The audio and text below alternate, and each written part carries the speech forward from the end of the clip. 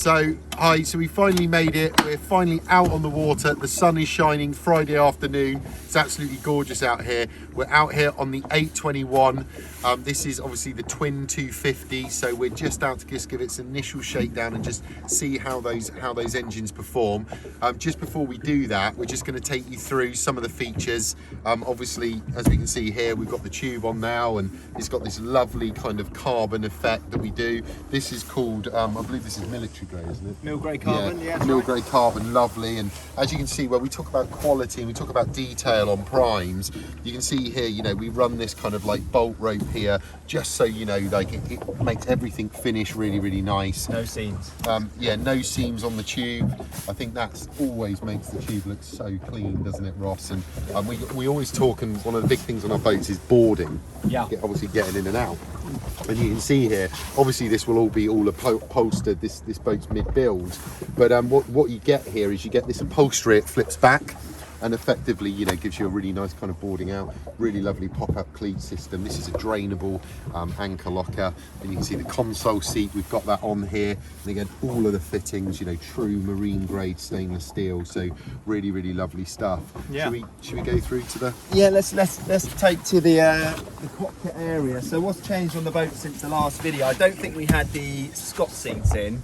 As you might have seen in some of the videos, some of our other videos, sorry, you know, these are fully height adjustable, and like on most of our primes these days, they've been specified with the wing backrest, which we'll talk about in a bit more detail, why I think they're so important for ergonomics, and we'll talk about that once we've had a run on the boat. Upholstery still to go on. These are obviously covered, aren't they? So underneath there, I think it's this boat with the diamond stitching and stuff like that. So diamond stitch, cross stitch. It's an indigo blue silver text, which looks goes really well with grey, that's for sure. And it's certainly a very sort of timeless colour scheme, I think. So this boat's going to age so well. But yeah, it's a working boat. Today's all about sort of just running the boat in. It's been on the water once before, so we're just going to take things pretty easy today and just run the boat up to about 3/4. Nothing too solid, but as we said, you know, this is the first of a kind. 500 horsepower on the back of an 8.2 metre boat. mad. Exciting times for us. I think we should get on with it and give it a go. Absolutely. I think just one thing to say, I think what would be really, really good to demonstrate, as you talked about in more detail, is obviously that driving it on the single lever. Yes. Because I think that you know, as you were saying to me the other day when we were out on the other boat, it's like how that seat holds you in, yeah, and how good that is, how much control that's giving you. So we can look at that as we go along. Let's do it.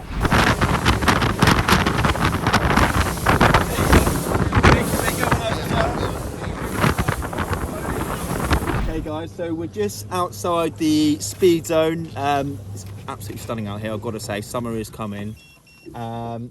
So what have we got at the dash here? As we spoke about, we've got the dual screens. I personally, when I'm going to kind of get above sort of say 30 knots, like to see how fast I'm going, quite obviously. So I'm running GPS speed on here. We've got a big depth gauge there as well, and on the other side we've got navigation.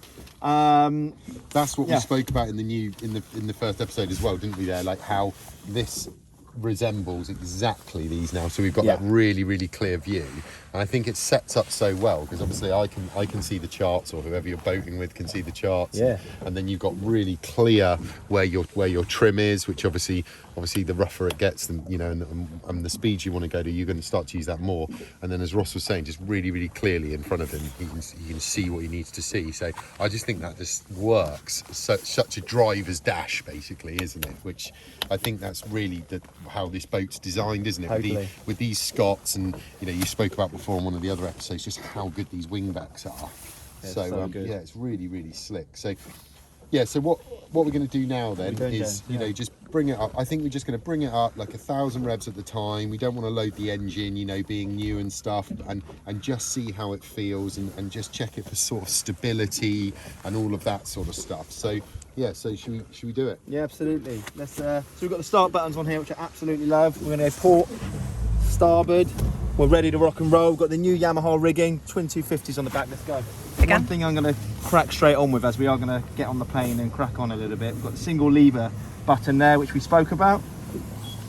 We've engaged that, which now allows me to move this starboard throttle out the way, and certainly in larger seas, I can then really just focus on the control of the single lever.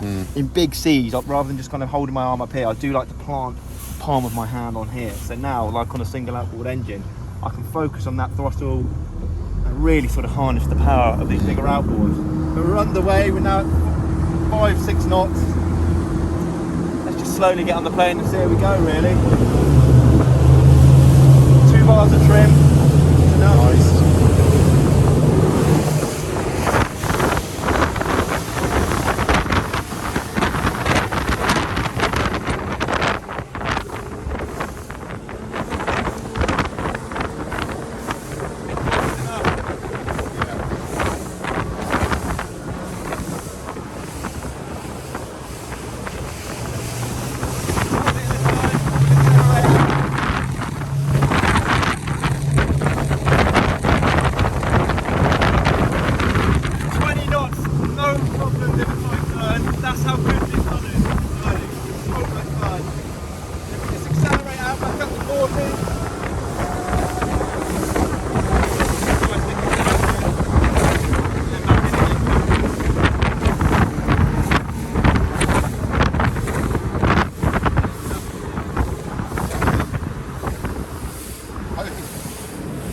I think what's going to be really remarkable about this boat is how cool it's going to be, you know, when it's run in and everything like that. I mean, I was just checking out the revs then and everything. So you know, to be getting up to around the 40 knots at just touching the 4,000 revs, you weren't even really that trimmed out then. No. Just a couple of bars. So I mean, it's quite hard to say how fast it's going to go, but you're going to be easily into the high 50s, maybe even trimmed out 60 knots. I think it's going to be amazing. It certainly felt like it had a lot more then. That's Yeah. for sure. And I think you know, James's point on the wingback crest as well. When you do start getting up to this sort of 40+ knot speeds, big wide ergonomic foot plate. I was sticking my head out to the side there, the wind deflector and console moulding as well. Even from 20 knots, you can feel the difference of the sort of wind protection. So single lever throttle control, ergonomics, push back into the seat. What that means is you're not hanging on to these controls to kind of stay sturdy in the boat. You're relaxing your arms and you can focus on the controls, which is where you want to be when you're pushing through that sort of 40 knot barrier. And this boat didn't feel like it was going very fast at all, did it? No, it's like literally, and I could hear from the sound of the engines, I mean, like they're not even getting started, are they? And I think the other thing that's really, really important as well is, you know, where we set our engines, and we put a lot of time into that, like in terms of engine heights, propellers and everything. You know, when we were in that turn, it was really quite a tight turn, and I felt absolutely no cavitation. So the grip is going to be incredible. So I think, you know, obviously like, all these things, you jack the engines up, make the boat go way faster, but I mean, I think this boat is going to be an incredible boat to drive. We're running the 21-inch propellers as well. Yeah, you exactly. could go down to 19s, but that's going to give you, if anything, too much acceleration. Yeah. So that's why it felt like it was going to keep on pulling. But with the torque of the 2250s, if I wanted the ultimate driver's 8-meter ribeye, spec it like this. It's got suspension seats. You've got the height adjusters, as you can see. Dial in the ergonomics if you want to. Obviously, we do more sort of day boat layouts as well. You know, we've got rear-facing social seating areas which we can create. Same in the sort of bow area, but this is a go-fast boat anywhere.